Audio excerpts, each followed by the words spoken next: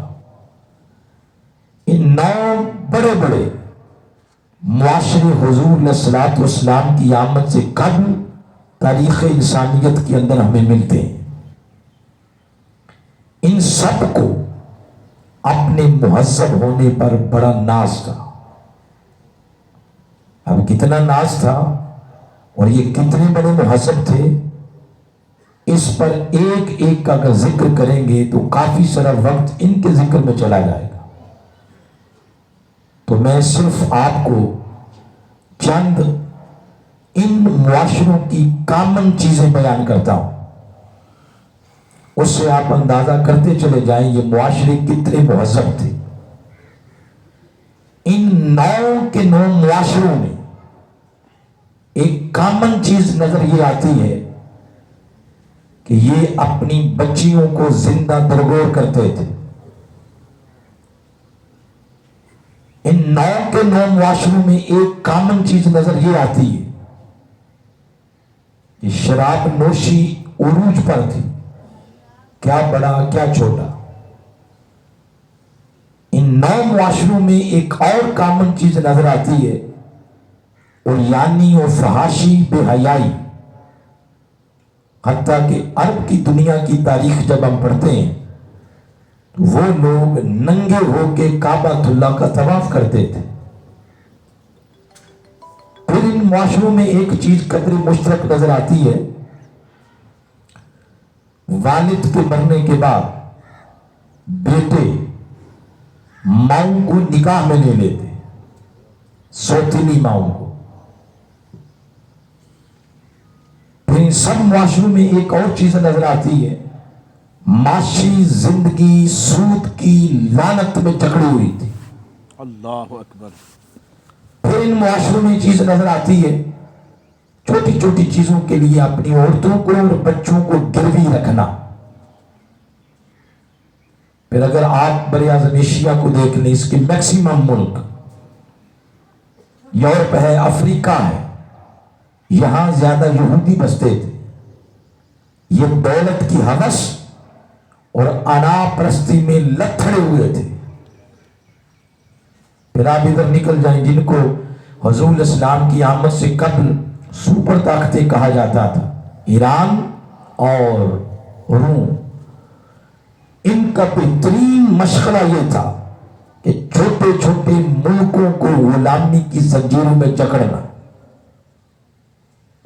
اب بس اتنی باتیں کافی ہیں۔ ان ساری چیزوں سے جو ریزلٹ نکلا وہ یہ کہ حضور علیہ الصلوۃ والسلام کی آمد سے قبل بڑے سے بڑا معاشرہ بھی دیکھ لیا، اس معاشرے میں تہذیب، تمدن، اخلاق نام کی کوئی چیز نظر نہیں آتی۔ اندھیرے میں ڈوبے ہوئے تھے، آمریت، ظلم اور شہنشاہیت کے زنجیروں میں جکڑے ہوئے تھے، اور انسانی تصور، حقوق کا تصور ان معاشروں میں بالکل محدود تھا۔ ان ساری چیزوں کو جب ہم پڑھتے ہیں، آج کا انسان پھر یہ سوچتا ہے، ذہن میں سوال آتا ہے کہ معاشرے کو کس نظر سے دیکھا جائے۔ اگر کوئی یہ کہہ دے کہ معاشرے کے لیے ضروری ہے کہ ان کی زبان ایک ہو، تو پھر ایک ہی زبان کو زندہ رہنے کا حق ہوگا، باقی ساری زبانیں کاٹ کے پھینکنے کو دل کرے گا۔ کوئی شخص یہ کہہ دے کہ معاشرے کے لیے برادری ایک ہونا ضروری ہے، پھر ایک ہی برادری نظر آئے گی، باقی ساری سولی پہ لٹکی ہوئی نظر آئیں گی۔ اگر کوئی بندہ یہ کہہ لے کہ معاشرے کے لیے معیار بنا دیا جائے وطن کو، تو پھر ہر علاقے کا شخص دوسرے علاقے کے ساتھ گتھم گتھا نظر آئے گا۔ مگر جو تصور محسن انسانیت حضرت محمد مصطفیٰ صلی اللہ علیہ وآلہ وسلم آپ نے معاشرے کا دیا ہے، اس تصور نے گزشتہ سب معاشرے کے تصورات پر ایک لکیر کھینچ دی ہے۔ حضور علیہ الصلوۃ والسلام کے دیے گئے معاشرے کے تصور میں رنگ، نسل، برادری، زبان، ان چیزوں کی بو تک نہیں آتی۔ آپ نے جو تصور دیا ہے، اس تصور کو کبھی دیکھنا ہو تو حضور کی ایک مجلس دیکھیں۔ واہ واہ واہ واہ، آپ کی ایک ہی مجلس میں اقوام متحدہ کا منظر پیش کرتی ہے۔ کیا بات ہے، آپ کی ایک ہی مجلس میں اگر مکے کے مہاجرین نظر آتے، اسی مجلس میں مدینہ کے انصار بھی نظر آتے۔ کیا کہنا، ایک ہی مجلس میں اگر وہ رؤسائے مکہ میں سے عثمان غنی نظر آتے، اسی مجلس میں عبداللہ ذوالیدین غریبوں کا ترجمان بھی نظر آتا۔ کیا بات، آپ کی مجلس کے اندر اگر ابو بکر، عمر، علی نظر آتے، اسی مجلس میں فارس سے آیا ہوا سہیب بھی نظر آتا، سلمان بھی نظر آتا، اور حبشہ سے آیا ہوا بلال بھی نظر آتا۔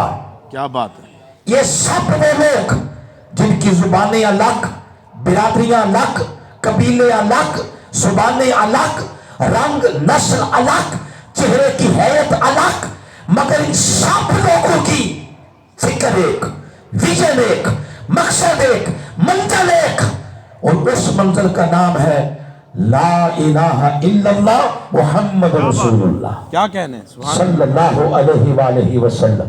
سبحان اللہ، یہ تصور سابقہ کسی معاشرے کے اندر نظر نہیں آتا۔ یہ نظر آتا ہے تو اس معاشرے میں جس کے بانی محمد مصطفیٰ ہے، اور اس معاشرے کا نام مصطفی معاشرہ ہے۔ کیا کہنے، واہ واہ، حاضرین محترم، پھر اگر آگے بڑھتے ہوئے قرآن سے آغاز کریں، قرآن پہ معاشرے کے تصور کو مزید نکھارتا ہے۔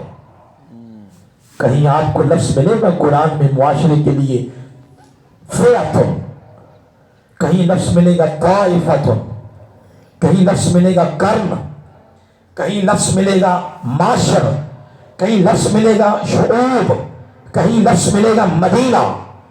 یعنی تدریجاً قرآن اس تصور کو نکھارتا چلا گیا، مگر اینڈ پہ آ کے قرآن نے پوری نسل انسانیت میں سے جس شخص نے پڑھ لیا لا الہ الا اللہ محمد رسول اللہ، چاہے وہ بنگلہ دیش کا ہے، وہ انڈیا کا ہے، وہ پاکستان کا ہے، وہ دبئی کا ہے، وہ افریقہ کا ہے، وہ شرق کا ہے، وہ غرب کا ہے، جس نے یہ کلمہ پڑھ لیا، قرآن نے تمام انسانیت کو ایک لفظ کی لڑی میں پرو دیا جس کا نام ہے امت۔ کیا بات، آپ میں سے کئی لوگ حج کرنے گئے ہوں گے، جو نہیں گئے اللہ سب کو لے جائے۔ جب آپ مطاف میں ہوں گے یا عرفہ میں یا مزدلفہ میں، آپ محسوس کریں گے چہروں سے دیکھ کے کہ یہ فلپائن سے ہے، یہ انڈونیشیا سے ہے، یہ بنگلہ دیش سے ہے، یہ افریقہ سے ہے، یہ پاکستان سے ہے۔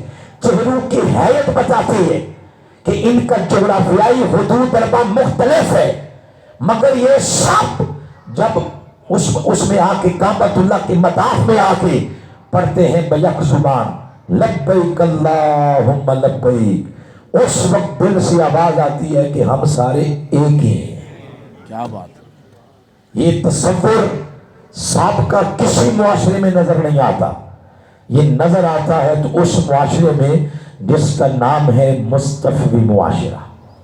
اور اس کے بانی ہیں میرے آقا علیہ الصلوۃ والسلام۔ پھر آقا علیہ الصلوۃ والسلام کے اس قائم کردہ معاشرے میں جو تبدیلیاں ہوئیں اور آقا علیہ السلام کے قائم کردہ معاشرے کے جو خد و خال ہیں وہ پھر قرآن بیان کرتا ہے۔ اور اس معاشرے سے باقی دنیا کے معاشروں کی رسم و رواج پہ کیا اثر پڑا، اب وہ سنتے جائیں اور سر دھنتے جائیں۔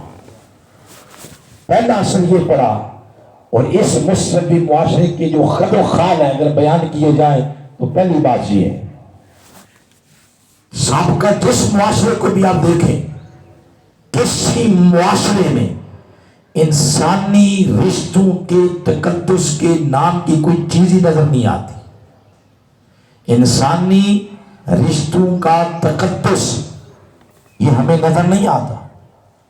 جب آپ انسانیت کو رشتوں میں تقسیم کرتے ہیں تو پہلا رشتہ کون سا ہے؟ روح زمین پر ماں باپ، میاں بیوی، بیٹی بیٹا، اولاد، کزنز، بھتیجے بھانجے، بھانجیاں بھتیجیاں، چاچے مامے تائے پھوپھیاں خالائیں، یہ سارے رشتے ہیں۔ ان سب رشتوں کا تقدس سابقہ کسی معاشرے میں نظر نہیں آتا، مگر جو مستقبل معاشرہ ہے اس میں کیا ہوا؟ قرآن پاک کے 7 مقامات، سورہ بقرہ، سورہ نساء، سورہ انعام، سورہ بنی اسرائیل، سورہ احقاف، سورہ تکویر اور سورہ لقمان، یہ 7 مقامات جہاں اس نے اپنی الوہیت کی مناسبت سے اپنی عبادت کا اعلان کیا۔ فرمایا وَقَضَىٰ رَبُّكَ أَلَّا تَعْبُدُوا إِلَّا إِيَّاهُ، لوگوں رب نے اعلان کر دیا ہے عبادت صرف اللہ کی ہے۔ ان 7 کے 7 مقامات پر جہاں اس نے اپنی عبادت کا اعلان کیا ہے، متصل اپنی عبادت کے ساتھ اس نے یہ فرمایا ہے وَبِالْوَالِدَيْنِ إِحْسَانًا، والدین کے ساتھ احسان کرنا ہے۔ کیا کہنے، یہ ان معاشروں کے اندر اعلان کیا گیا جہاں ماں بوڑھی ہوتی تو لوگ منڈی میں جا کے بیچ آتے، باپ بوڑھا ہوتا تو لوگ منڈی میں جا کر بیچ آتے۔ فرمایا آج کے بعد بیچے نہیں جائیں گے۔ اولاد کی جنت ماں کے قدموں میں رکھی، اور اللہ نے اپنی رضا والد کی یعنی اولاد کے والد کی رضا میں رکھی۔ یہ اس مستقبل معاشرے کے خد و خیال بیان کرتے ہوئے خد و خال پہلی چیز نظر آتی ہے۔ اور پھر اگر آپ باقی رشتوں کی مناسبت سے پڑھنا چاہیں، 9 مقامات ہیں قرآن کے، تو میں ان میں سے آپ کو ایک مقام سناتا ہوں۔ باقی رشتہ داریوں کی مناسبت سے کیا فرمایا؟ سورہ بقرہ کی آیت نمبر ہے 177، اس میں فرمایا لیس البر ان تولوا وجوہکم قبل المشرق والمغرب، لوگوں نیکی یہ نہیں ہے کہ منہ اپنا مشرق اور مغرب کی طرف کرو، یہ نیکی نہیں ہے۔ تو جو پہلے سے ذہن میں ایک نیکی کا تصور چل رہا تھا، پہلے اس کو ریز کیا، اس کو صاف کیا، پھر آگے فرمایا نیکی کیا ہے؟ فرمایا وَلَٰكِنَّ الْبِرَّ مَنْ آمَنَ بِاللَّهِ وَالْيَوْمِ الْآخِرِ وَالْمَلَائِكَةِ وَالْكِتَابِ وَالنَّبِيِّينَ، ان چیزوں پر ایمان لاؤ۔ ایمان لانے کے بعد فرمایا اب یہاں سے نیکی کا وجود تشکیل پانا شروع ہو جائے گا۔ کہاں سے؟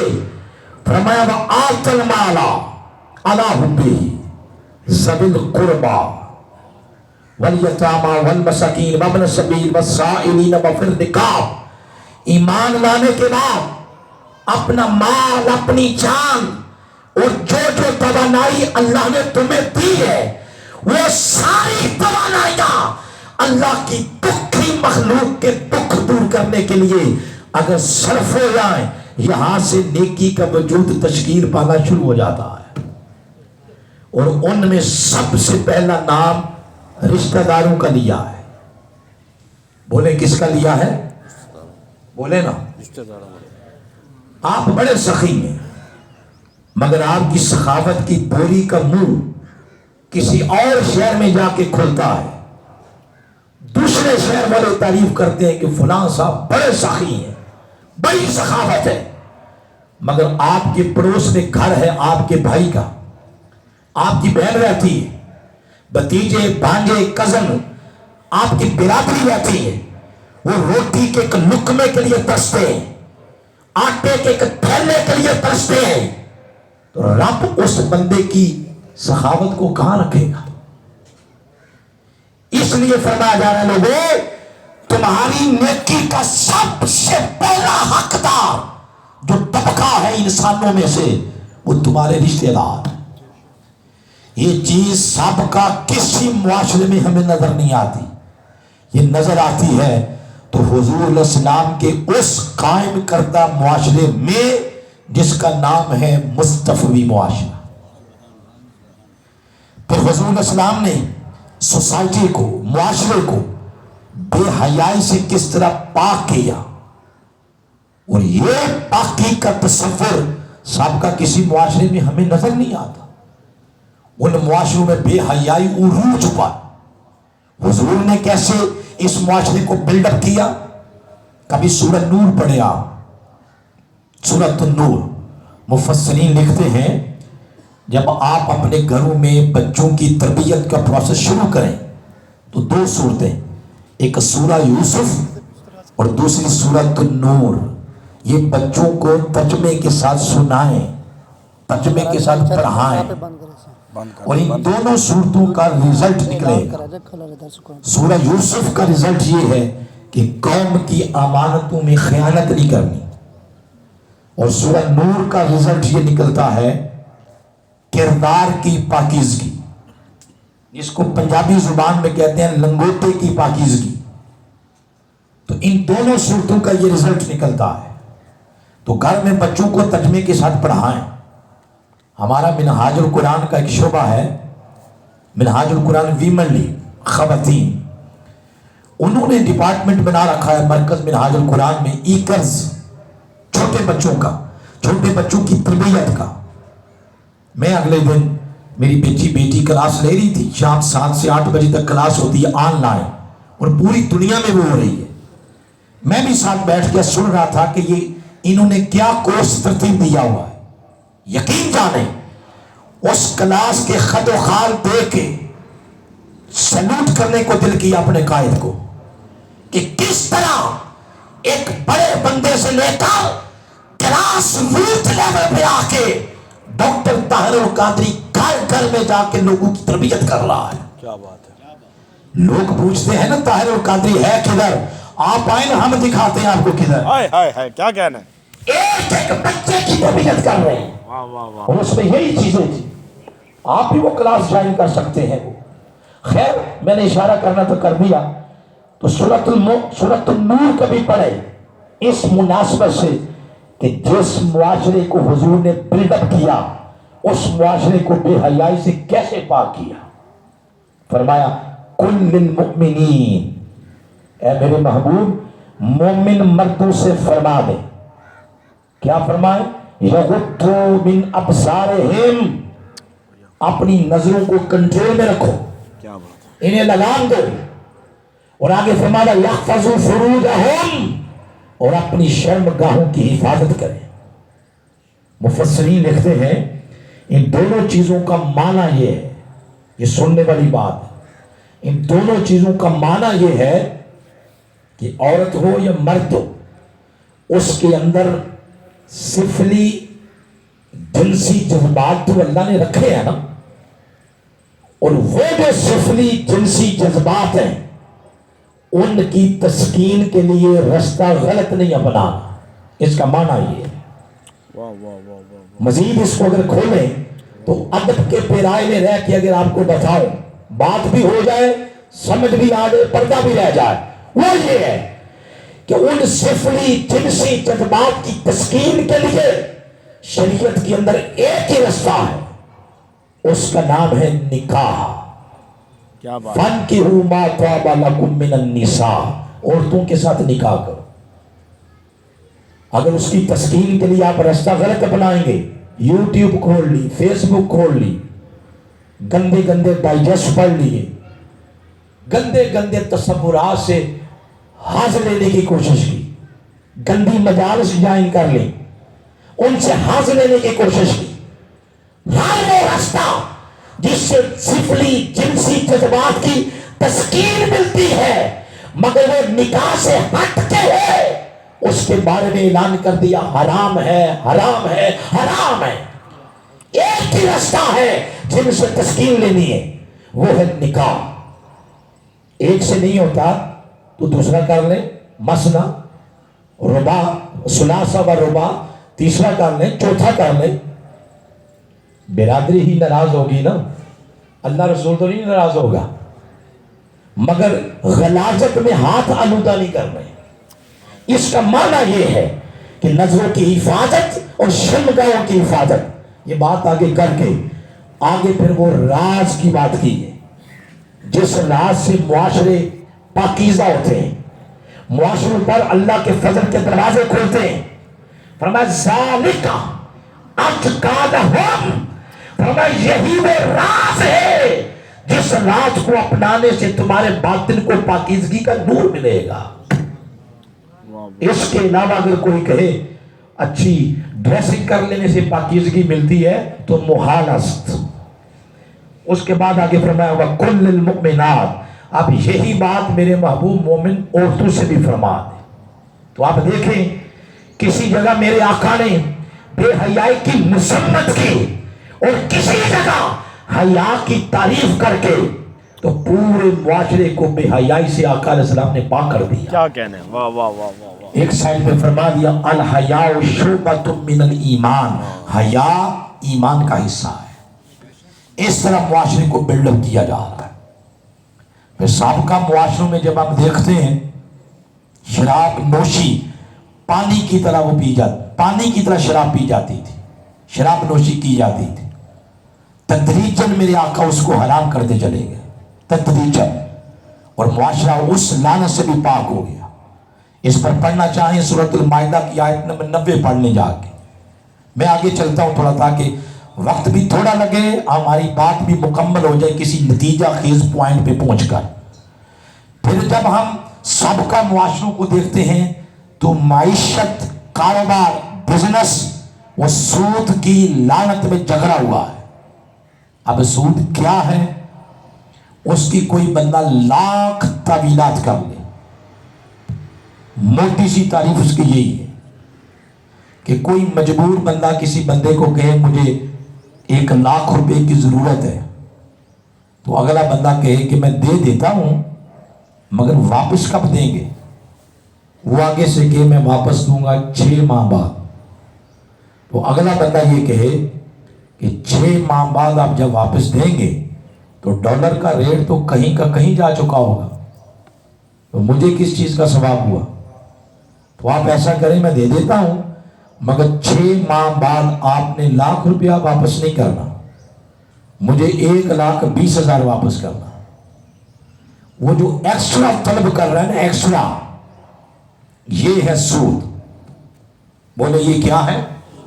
سود. اور یہ ہر جگہ یہ معاملات چلتے ہیں، ہمارے علاقوں میں بھی چلتے ہیں، پاکستان کے ہر شہر میں، اور یہاں بھی چلتے ہوں گے. تو لوگ کرتے ہیں ایسا، کاروبار کرتے ہیں لوگ بڑی خوشی کے ساتھ نماز بھی پڑھتے ہیں، عمرہ بھی کرتے ہیں. وہ جو ایکسٹرا ملتا ہے نا 20,000 روپیہ مسجد میں بھی دے دیا، ادھر پیر صاحب کو بھی جا کے نذرانہ دے دیا، اور دل نادان یہی کہتا رہتا ہے بڑی برکت ہوئی ہے، بڑی برکت ہے. اب ذرا قرآن سے بھی پوچھ لیتے کہ کیا واقعی یہ برکت ہے؟ قرآن حکیم کی سورہ بقرہ اس کی آیت نمبر 275 اور 276 اس میں حتمی فیصلہ کن انداز میں بات کر دی.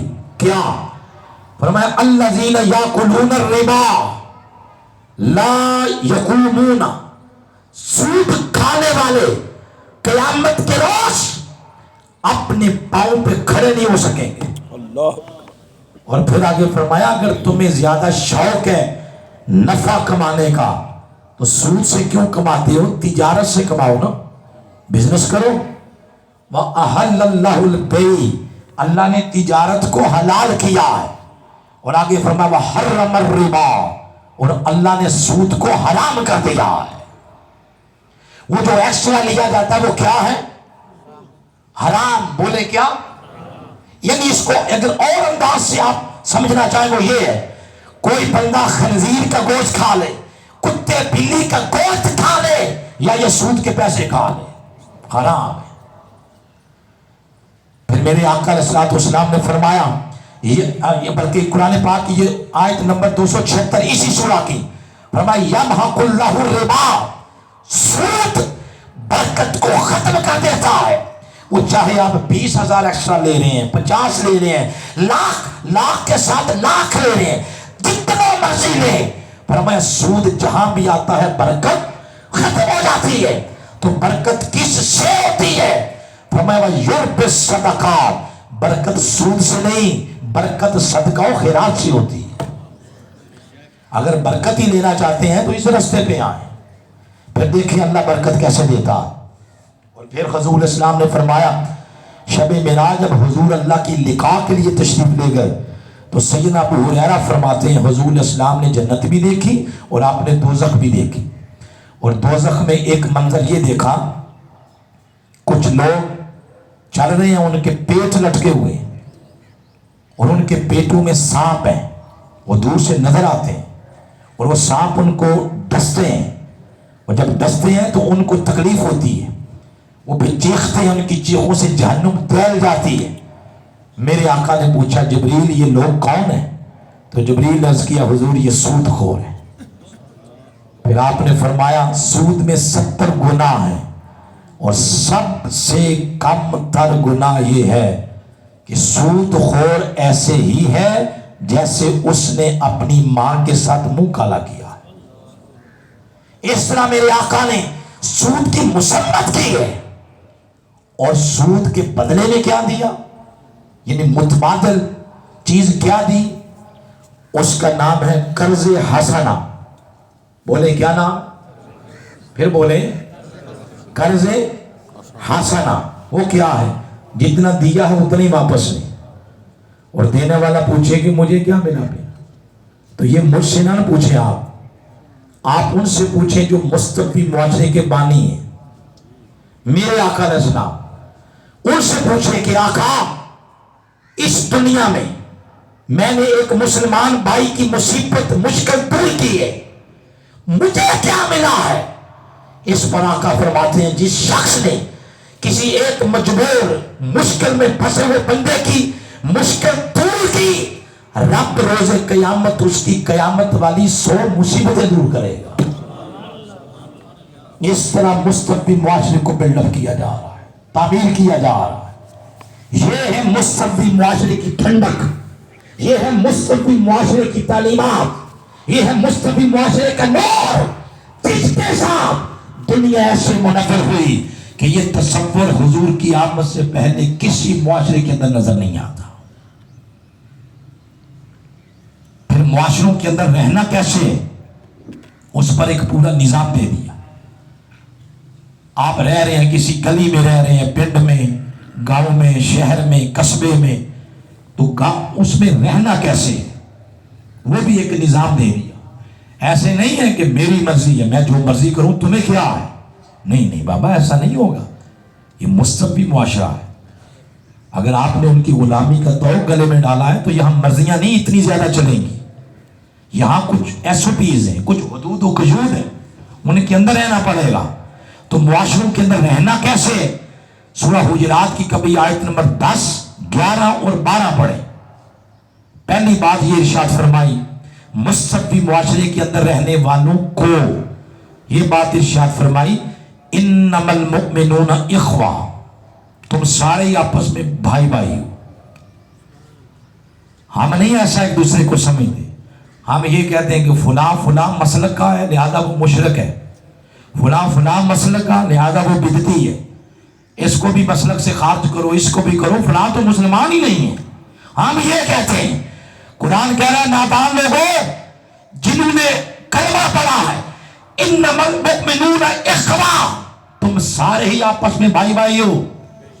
فاصلحوا بین اخویکم، اور دو آپس میں لڑ پڑے تو تیسرا پاس کھڑے جلدی پر تیل کا کام نہ کرے، آگے بڑھ کے ان کی آپس میں صلح کروائے. پھر آگے فرمایا یا ایھا الذین آمنوا لا یسخر، کوئی کسی کا مذاق نہ اڑائے. اور عورتوں کا اسپیشل نام لے لیا، فرمایا ولا نساء من نساء، کوئی عورت کسی عورت کا مذاق نہ اڑائے، کیونکہ یہ حص ادھر زیادہ پائی جاتی ہے. مثلا یہ بات کر دی، فلاں کو میک اپ کرنے کا نہیں پتا، فلاں کو تو کپڑے پہننے کی نہیں پتا، فلاں کو تو ہانڈی بنانے کا نہیں پتا، تو مذاق اڑایا نہیں اس طرح. تو اللہ فرما رہا ہے ہو سکتا ہے جس عورت کا تم مذاق اڑا رہی ہو عسیٰ ان یکن خیرا منہن، تمہیں کیا خبر کہ وہ اللہ کے کتنی قریب ہوگی. پھر آگے فرمایا ولا تلمزوا انفسکم، معاشروں کے اندر ایسے رہنا کہ کسی کے دامن پر الزام نہیں لگانا. پھر فرمایا ولا تنابزوا بالالقاب، نام تیرے نہیں بلانے. پھر فرمایا یا ایھا الذین آمنوا اجتنبوا کثیرا من الظن، ایک دوسرے کے بارے میں گمان اچھا رکھو. پھر فرمایا ولا تجسسوا، نہ عیب تلاش کرو نہ عیب بیان کرو. پھر فرمایا ولا یغتب، غیبت نہ کرو. پھر فرمایا واجتنبوا قول الزور، جھوٹ نہ بولو. گویا ہر وہ لفظ، ہر وہ حرف، ہر وہ خصلت، ہر وہ عادت جس کے ساتھ معاشرے ٹوٹ جاتے ہیں، ان خصلتوں کو اور ان عادتوں کو حضور اسلام نے مصطفی معاشرے کا حصہ بننے نہیں دیا. کیا کہنا، ہر اس خصلت اور عادت کو حرف غلط کی طرف مٹا دیا جس کے ساتھ معاشرے ٹوٹی ہوئی تسبیح کے دانوں کی طرح بکھرتے ہیں.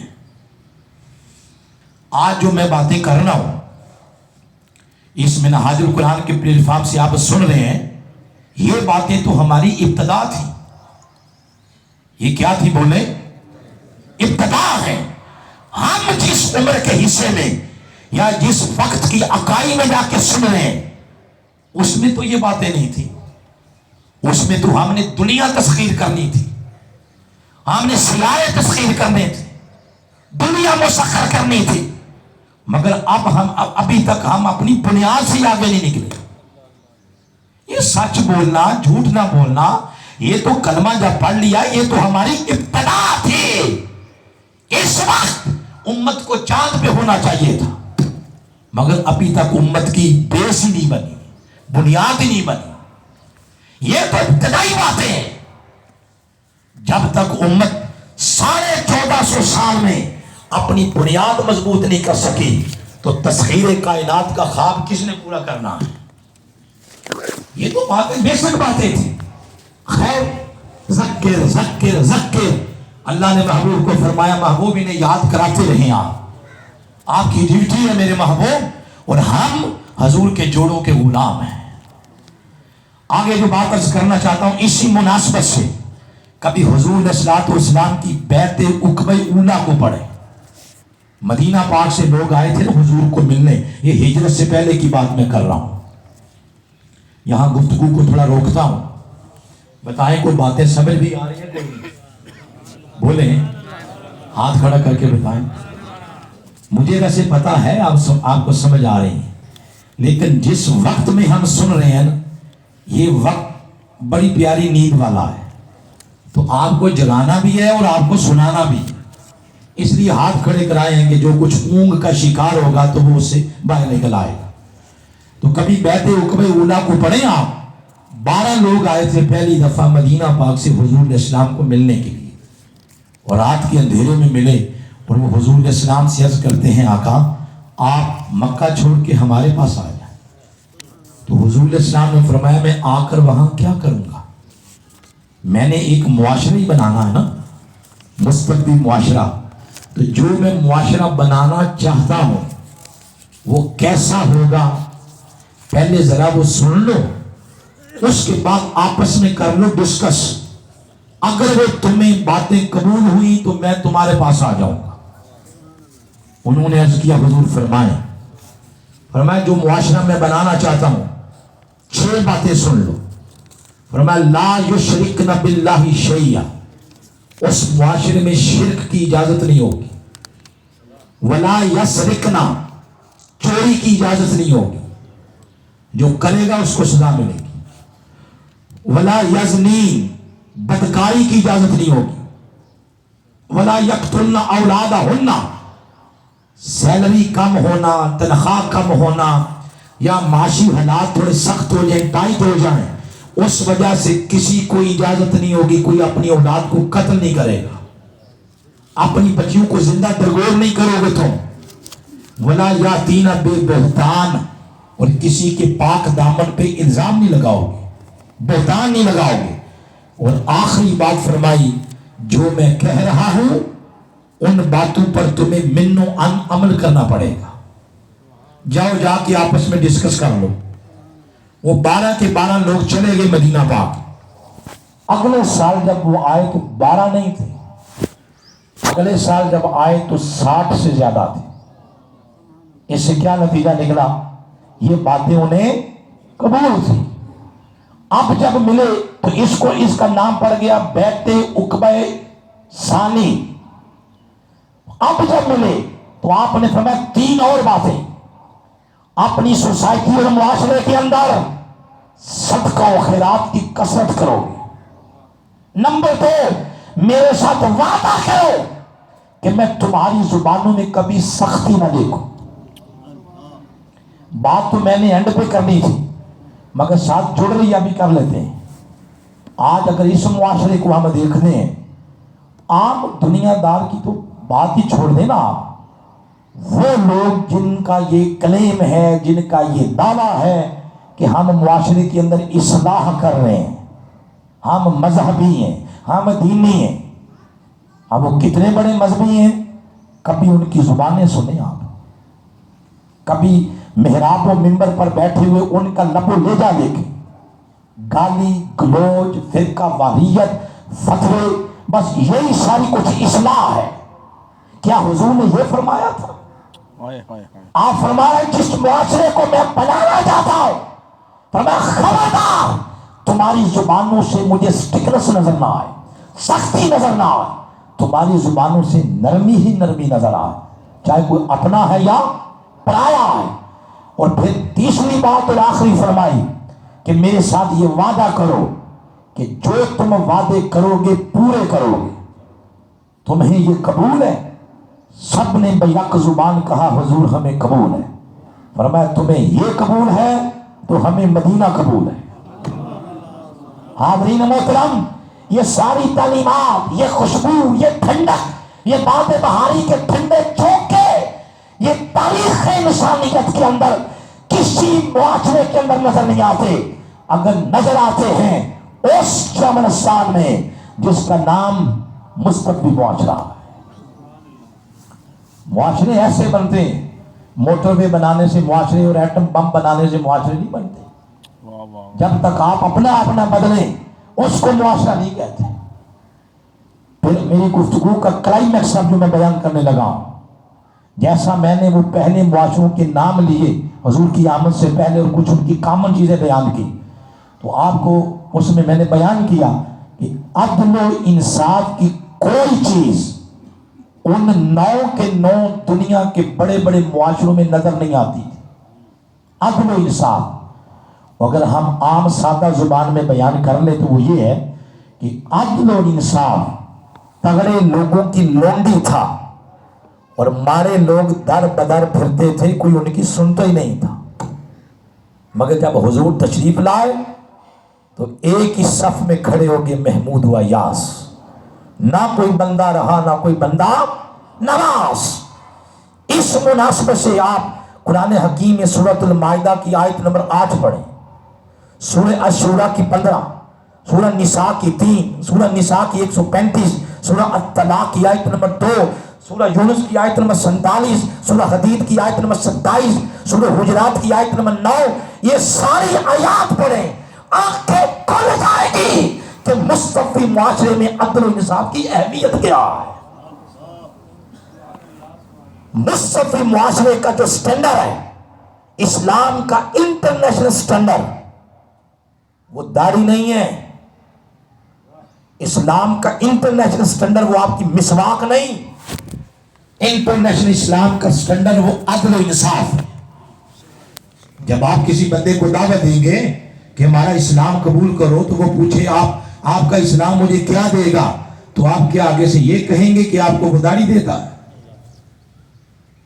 جب آپ یہ کہیں گے کہ ہمارا اسلام یہ کہتا ہے کہ اس میں سارے برابر ہیں, اس میں تگڑا مارا سارے ایک ہی صف میں کھڑے ہیں, تب لوگ متاثر ہوتے ہیں. اس کی دلیل کیا ہے؟ جب حضور علیہ الصلوۃ والسلام نے فرمایا حضرت جعفر طیار اور باقی لوگوں سے فرمایا وہ پہلی ہجرت کے موقع پر, پہلی ہجرت کہاں ہوئی تھی؟ بولے حبشہ. تو آپ نے فرمایا کہ حبشہ چلے جاؤ. تو جعفر طیار پوچھتے ہیں حضور وہاں کیوں چلے جائیں؟ وہاں کوئی اسلام ہے؟ وہاں بھی تو عیسائیت ہے نا. تو آقا علیہ السلام نے کیا فرمایا تھا؟ فرمایا ہے عیسائیت مگر وہاں کا بادشاہ ایک عدل پسند بادشاہ ہے. اسلام کا انٹرنیشنل سٹینڈرڈ وہ عدل و انصاف. بولے کیا ہے؟ عدل و انصاف ہے. جس ملک میں جج بک جائیں, جوڈیشری کا نظام بک جائے, جس ملک میں رات 12 بجے عدالتیں تگڑوں کے لیے کھل جائیں اور غریبوں کے لیے 12 سال نہ کھلیں, اس کے نظام پر سوالیہ نشان ہے. میرے شیخ فرماتے ہیں خواجہ نظام الدین اولیاء کے بارے میں کہ وہ خواجہ نظام الدین اولیاء فرما رہے تھے اپنے مریدین سے کہ امام احمد بن حنبل کے گھر میں ایک دن آٹا ختم ہو گیا کچن میں, تو کھانے کا ٹائم ہو گیا. تو ان کے جو خادم تھے انہوں نے کہا جب کچن میں آٹا نہیں تو وہ دوڑے امام احمد بن حنبل کے بیٹے کے گھر میں اور کہا کہ آپ کے ابا جان کے گھر میں آٹا نہیں ہے اور کھانے کا ٹائم ہو گیا, میں نے روٹی بنانی, آپ آٹا دے دیں. تو آٹا لے آئے. کھانا بنا کے جب امام احمد بن حنبل کے سامنے ان کے خادم نے روٹیاں رکھی تو آپ نے فرمایا یہ آٹا تو ختم تھا, یہ تم کہاں سے لے آئے ہو؟ اور یہ ٹائم بھی نہیں ہے دکانیں کھلی ہوئی ملے تم آٹا لے آؤ, یہ کہاں سے لائے ہو؟ تو اس نے کہا حضور آپ کے بیٹے کے گھر سے. فرمایا رات بھوکا رہنا منظور ہے, یہ روٹی نہیں کھاؤں گا میں. اس نے ضد کی, فرمایا لے جاؤ. ضد کی اس نے, فرمایا جاؤ جا کے دریا میں روٹیاں پھینکو اور وہیں کھڑے رہنا, تمہیں جواب مل جائے گا.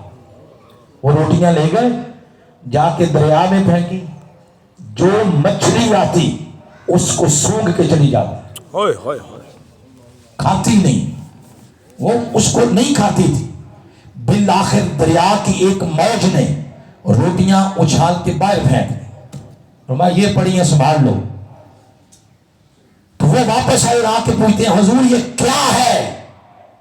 فرمایا یہ آٹا میرے بیٹے کے اس وقت کی کمائی کا خریدا ہوا ہے جب وہ بغداد کی عدالت میں جج تھا.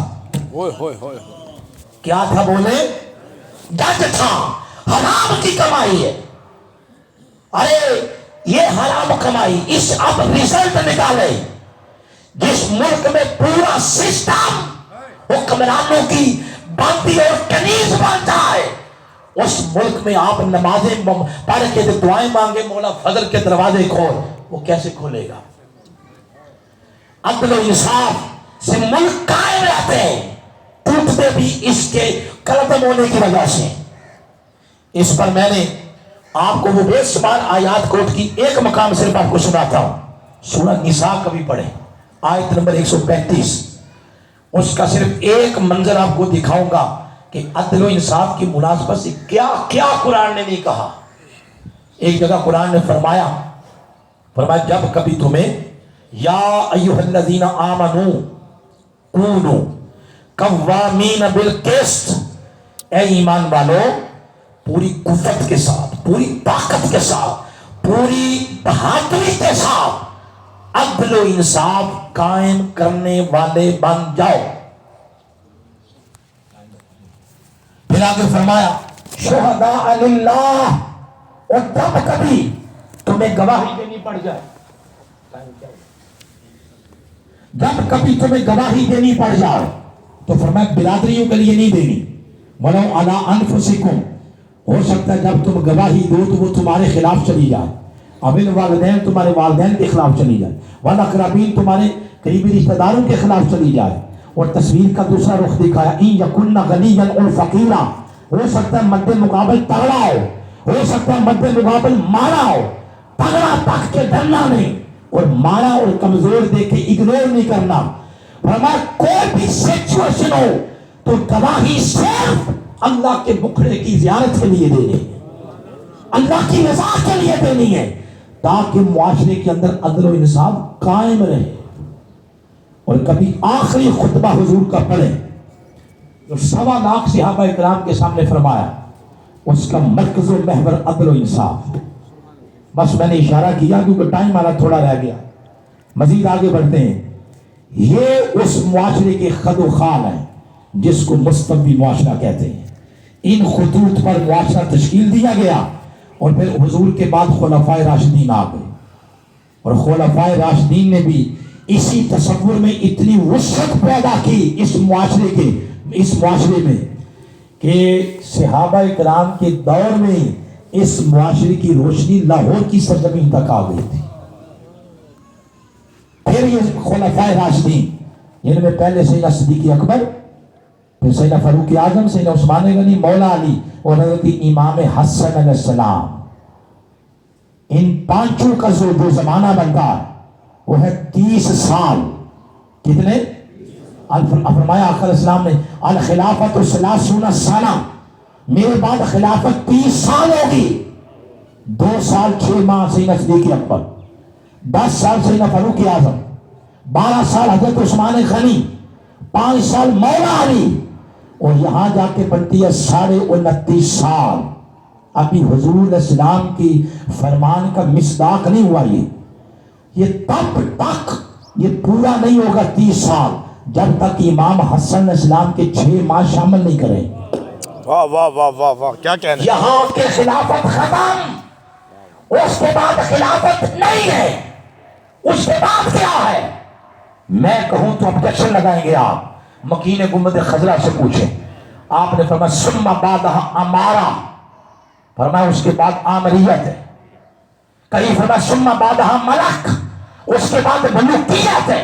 خلافت امام حسن میں ختم ہو گئی، اور کوئی نادانی کر بھی بیٹھے کسی اور شخص کو خلیفہ بنانے کی کوشش کرے گا، وہ ناکام کوشش کرے گا، اس کے چہرے پر شکست کی دھول اڑے گی.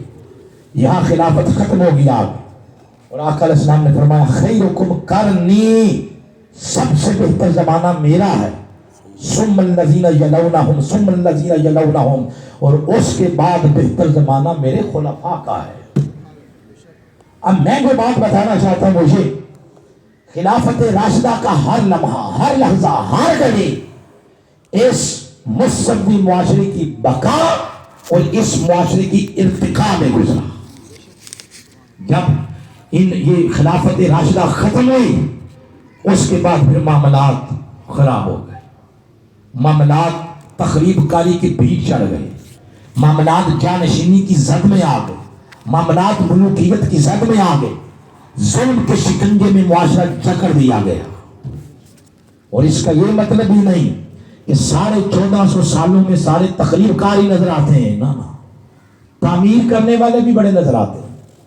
مثلا اگر آپ شروع میں دیکھ رہے، اگر یزید پلید لعین کافر وہ اپنی گندی اور کرپٹ سوچ سے مستوی معاشرے کے تصور کو گدلا کرتا ہے تو مستوی معاشرے کی کوکھ میں پلنے والا فاطمہ کا شہزادہ حسین بھی نظر آتا ہے، جس نے آگے بڑھ کے اس کے پنجے بروڑ کے رکھ دی.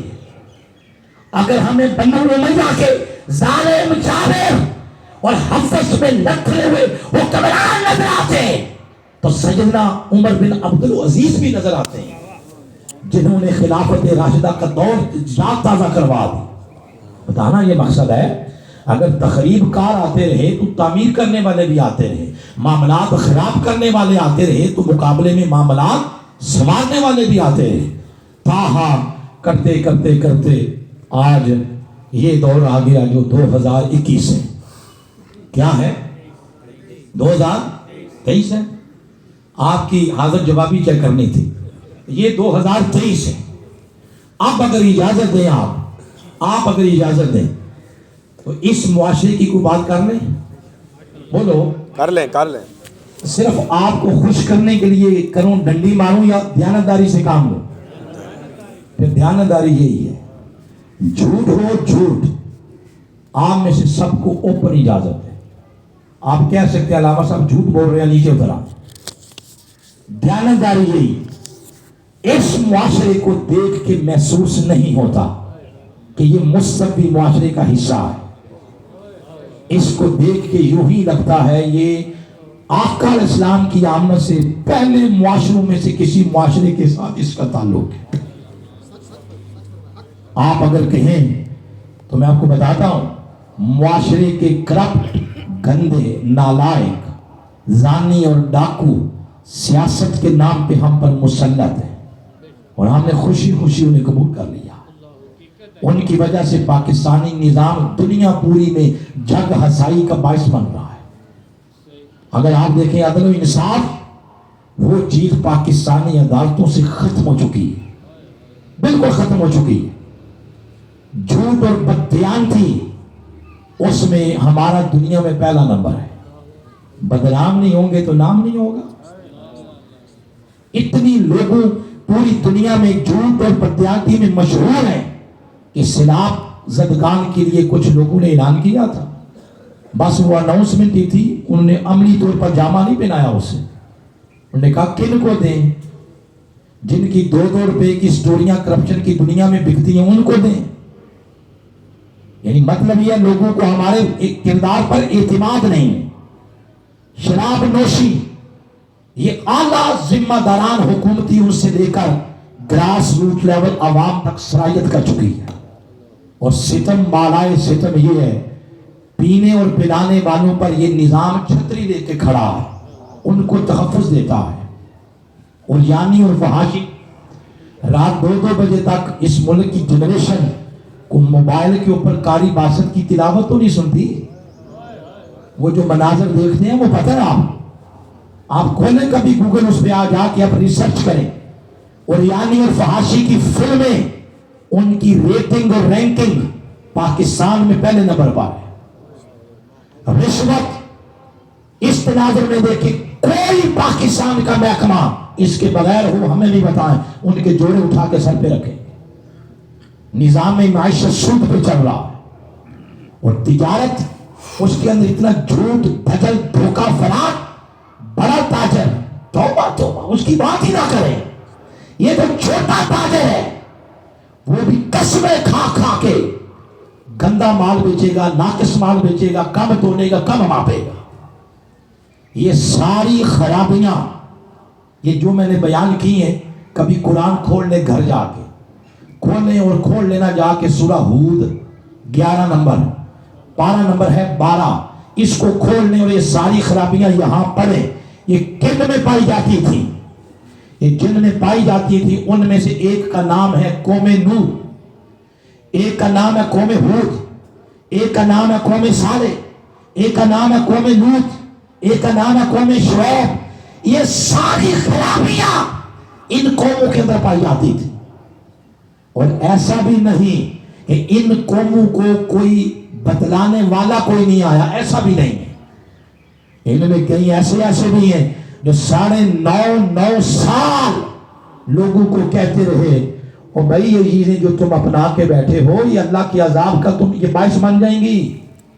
اس نظام کی طرف آؤ جو میں لے کے آیا ہوں.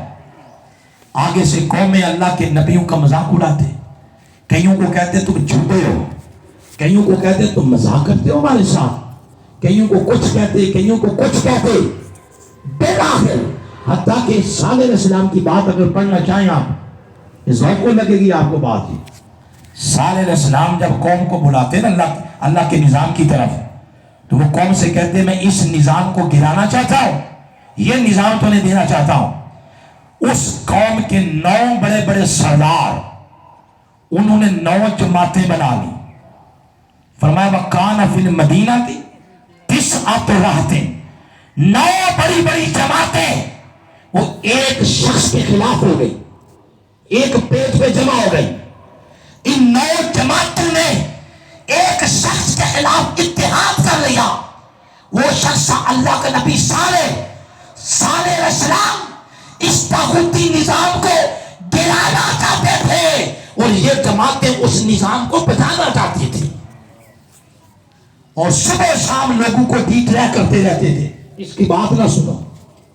بالآخر اللہ نے فرمایا صالح ایسا کر تو سائڈ پہ ہو جا, دیکھ میں ان کے ساتھ کرتا کیا ہوں.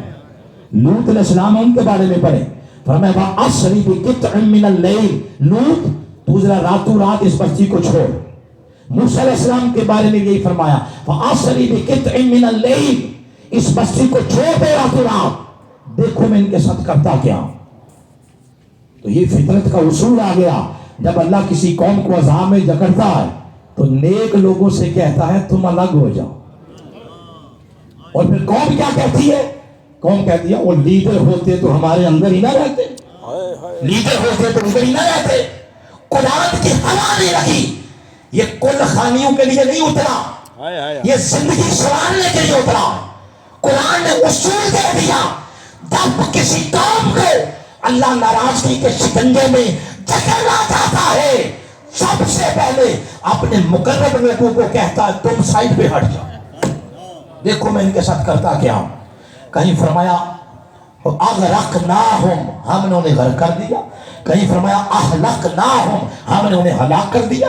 کہیں فرمایا وامطرنا علیہا حجارہ, ہم نے ان پر پتھروں کی بارش کر کے ان کا نام و نشان دنیا سے مٹا دیا. بتانا کیا مقصد ہے؟ آخری باتیں ہم گفتگو کی, بتانا یہ مقصد ہے وہ ساری خرابیاں جن کی وجہ سے قومیں تباہ ہوئی,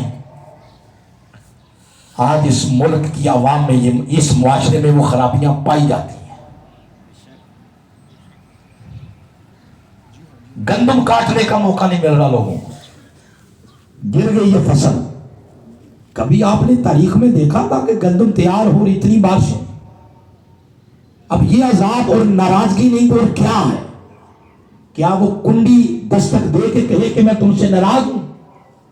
یہ اس کی ناراضگی کی علامات ہیں. علامہ اقبال جو مصور پاکستان ہیں, انہوں نے بھی قوم کا کچھ رونا رویا تھا.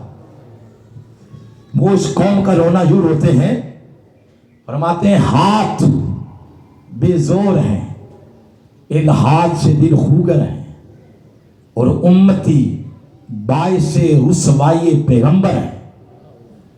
پھر آگے لکھتے ہیں کس قدر تم پہ گراں صبحوں کی بیداری ہے, ہم سے کب پیار ہے, ہاں نیند تمہیں پیاری ہے.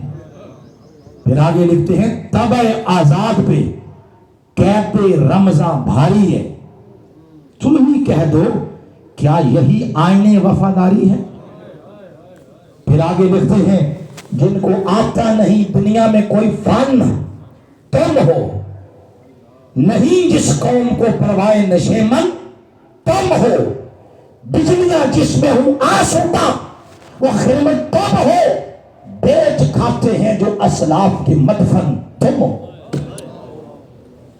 نیکی کا حکم دینا برائی سے روکنا یہ فریضہ ختم ہو چکا ہے. اور اگر کوئی یہ دعویٰ کرتا بھی ہے کہ میں بہت بڑا عالمی مبلغ ہوں تو اس کی تبلیغ داڑھی سے شروع ہوتی ہے, داڑھی پہ ختم ہو جاتی ہے. وہ وضاقت اپنا لے کہتا ہے یہی مذہب ہے. وہ جو سود لے رہا تھا اس کو کس نے روکنا ہے؟ عدالتوں کو کس نے بتانا ہے کہ اسلام کتابیں ہو جاؤ؟ یہ کس نے کرنا ہے؟ اب آپ پوچھ سکتے ہیں کہ حل کیا ہے. یہ وہ بات ہے جہاں پہ گفتگو ختم کرنے لگا ہوں. اس کا حل کیا بتائیں ذرا. پاکستان بنے ہوئے کتنا عرصہ ہو گیا؟ بولیں 75 سال. 75 اور ایڈ کر لیں صاحب, 200 سال کر لیں.